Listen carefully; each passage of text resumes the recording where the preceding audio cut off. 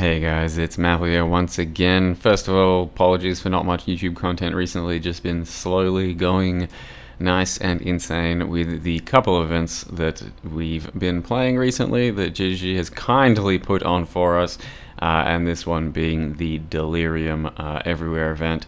Not the most poggers content on PoE in general, but yep, tried to do it anyway.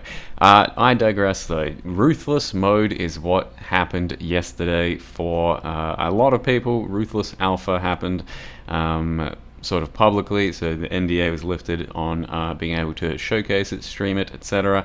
And a lot more people got in as well. I initially was not too keen on doing it immediately. I was going to try it eventually, but it seemed like a good enough time to give it a shot during the alpha when everyone else was going to jump on as well. And this video is just going to be talking about the Ruthless mode and kind of the concept of it, I suppose. So if you're unaware what's happening with PoE and this whole thing, Ruthless mode is essentially hard mode.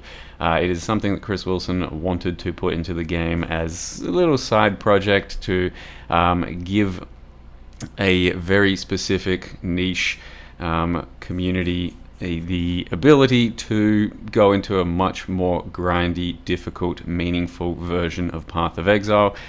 If you just felt like doing that because you want to return to old school ARPG styles, or if you're just kind of sick of PoE, the sort of speed that it's at or the gameplay loop that it's at. Either way, it is unapologetically exactly what it's supposed to be. It is a extreme slowing down of Path of Exile, where everything is far more brutal and far sort of grindier. So what it actually is a lot less items dropping, a lot less currency dropping, no support gems to be gotten from your quests or from your vendors. You can't buy vendor gems. Gems level a lot slower, so by level 30 something right now, 35 I think, my main skill is like at a required level 25, something like that. You basically can't justify, or you can't like reliably have anything more than blue slots in your items. And then on top of that, there's going to be a more difficult Atlas tree, which has like some trade-offs and stuff. There's no crafting bench, there's no movement skills, so like pretty much any of those movement skills were taken away, you know, whirling blades, flame dash, anything like that. So it is, like I said, exactly what it's supposed to be, a slowing down of the PoE, and you can feel that pretty dramatically while playing. So for the first act, it's actually pretty typical. It doesn't feel much different because typically during the first act, you don't have much of anything. The best shit you're putting on is like a few rare items maybe, and maybe getting like a 2-link. But you're not really any slower, and it feels about the same. Once you get to the end of Act 1 and then starting Act 2 is when you really start to feel a difference, because typically you're actually picking up some resists, and it makes a big difference. Like, the game itself is amazingly not any harder, but you are so much shitter of a character. You get so much power out of just a few pieces of gear here or there, and out of some support gems, that ultimately what happened by the time I was like mid-act 2 is that my damage was so shit because I don't have any support gems, and I've also got to spec a bit more for like sort of balancing resist life, that sort of thing. You don't have any damage, and then you also aren't very good at surviving because your resists are trash. So a combo of like damn near zero resist and damn near zero damage makes some of the moments throughout the campaign so much more lethal than you ever imagined they could be. Slowly though, it does start to get better and you ramp, and that is kind of the point of the mode. It's supposed to make everything a bit more meaningful, all of your choices, all of your combat, all of your interactions, and it certainly does that. There's going to be an appeal for this for certain people, certain streamers, in wanting to sort of slow their game down and make their choices more meaningful, their actions impactful to their gameplay. So you can't just like slip up and run into a huge pack of monsters that might potentially be lethal if you're not ready for them, if you're not going to kill them the way you normally should. And then you realize you've made a mistake and you've got to change strategy, for example. On top of that, the just loot does become far more meaningful in that almost every single slot is in contention for a desperate need of an upgrade, and whenever you see something like a rare for that slot, you get pretty excited to see what's going on there, and even the marginalist of upgrades can feel pretty damn good. The problem with this entire mode for me, I think, is that it's just going to be too big of a game, too long of a system. So it brings you back to essentially old school Path of Exile. It feels very similar to how I remember Path of Exile of yore. We're talking like 10 years ago, before a lot of extra content and a lot of quality of life and extra stuff came into it. Back then, yeah, it felt kind of like this. Like, support gems were a bit more scarce, and loot and people's gear was just terrible. Damage was really low across the board. It feels kind of like that. The problem is that the game is quite literally 20 to 30 times bigger than it used to be.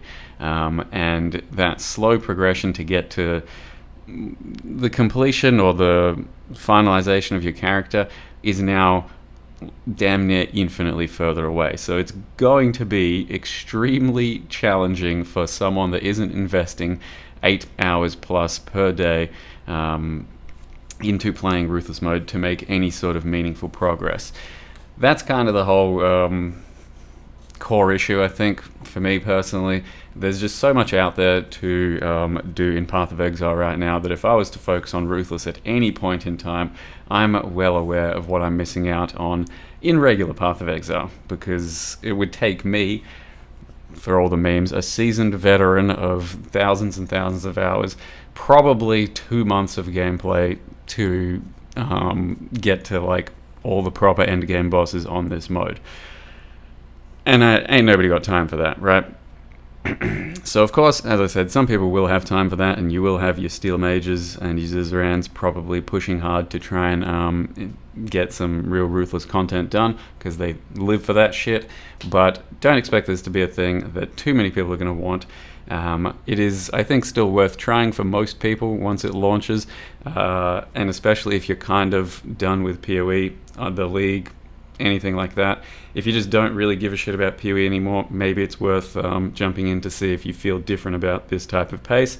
If you are done with the League because, well, I've done everything, or, you know, I've made a couple of characters, blasted all the bosses, I've had enough of that, then it's probably worth giving a shot and seeing if the upgrades and the meaningfulness of it all does anything for you.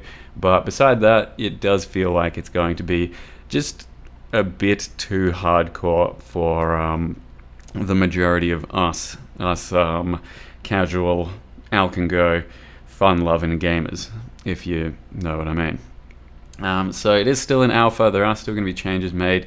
Let me remind you of that. I'm still going to be playing a bit more, and may have a bit more of an opinion piece video coming up some other time as well.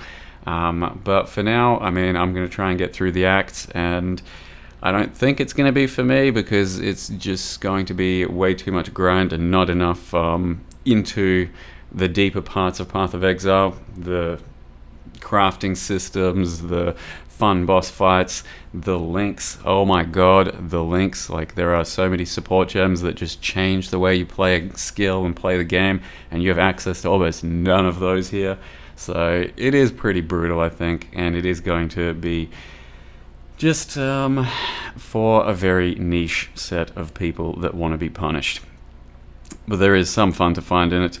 The progress, it can be a little bit addicting, and if you've got the time, if you've got all kinds of desire to slowly chip away at some ARPG progress, it might be for you. With that, yeah, I don't know. I guess that's my first impressions. Thank you very much for watching. See you in 3.2 otherwise. And yeah, see you guys next time.